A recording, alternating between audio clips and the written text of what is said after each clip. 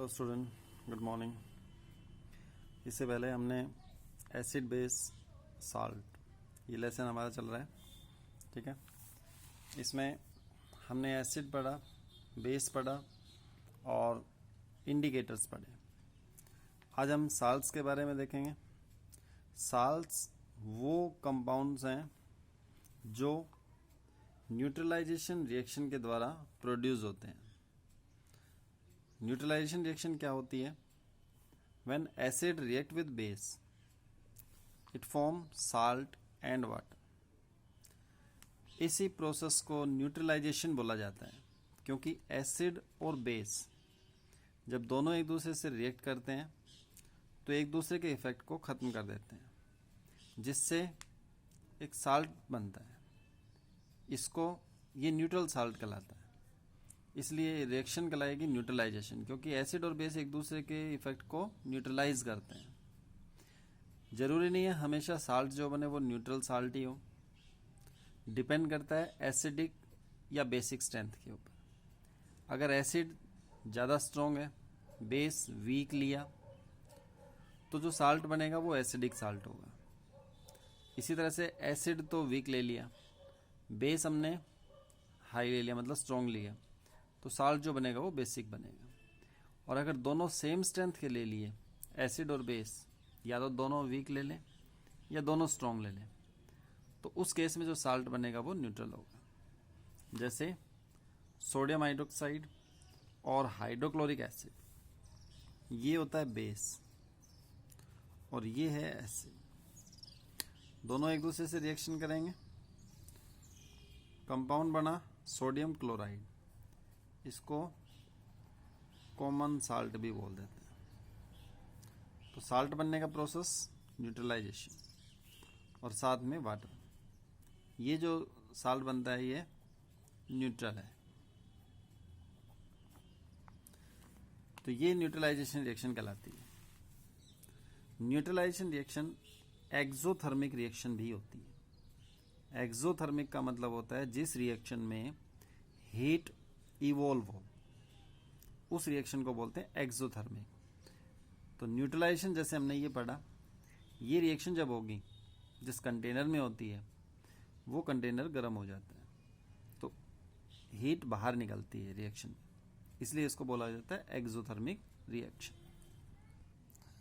अब हम देखते हैं न्यूट्रलाइजेशन की कुछ एप्लीकेशंस हैं, कहाँ काम आती है न्यूट्रलाइजेशन रिएक्शन। सबसे पहले इंडाइजेशन।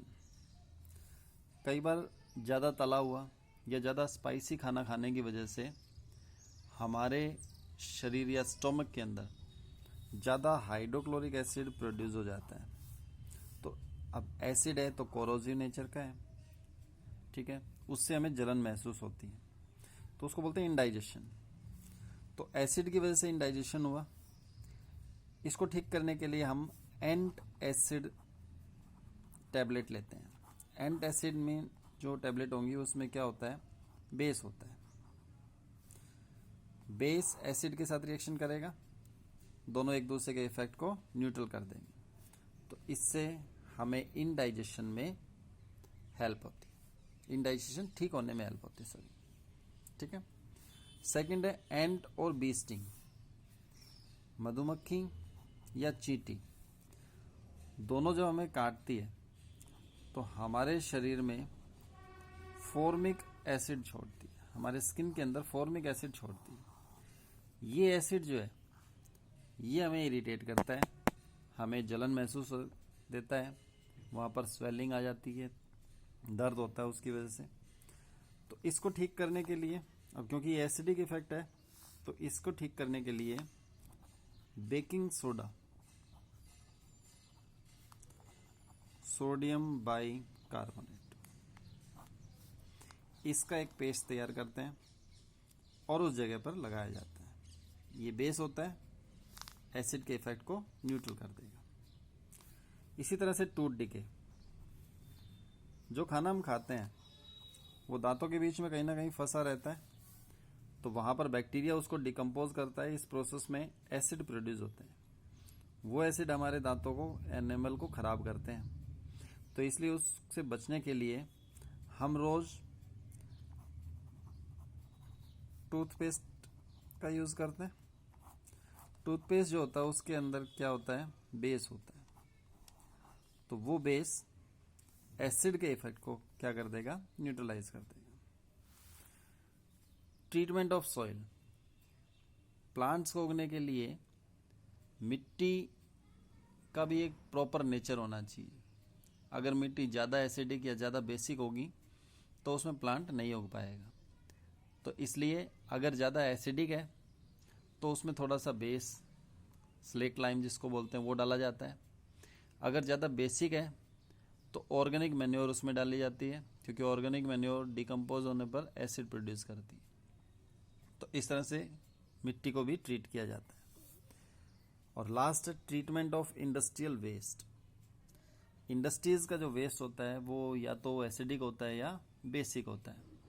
तो उसको नदियों वगैरह में डिस्चार्ज करने से पहले उसका ट्रीटमेंट किया जाता है।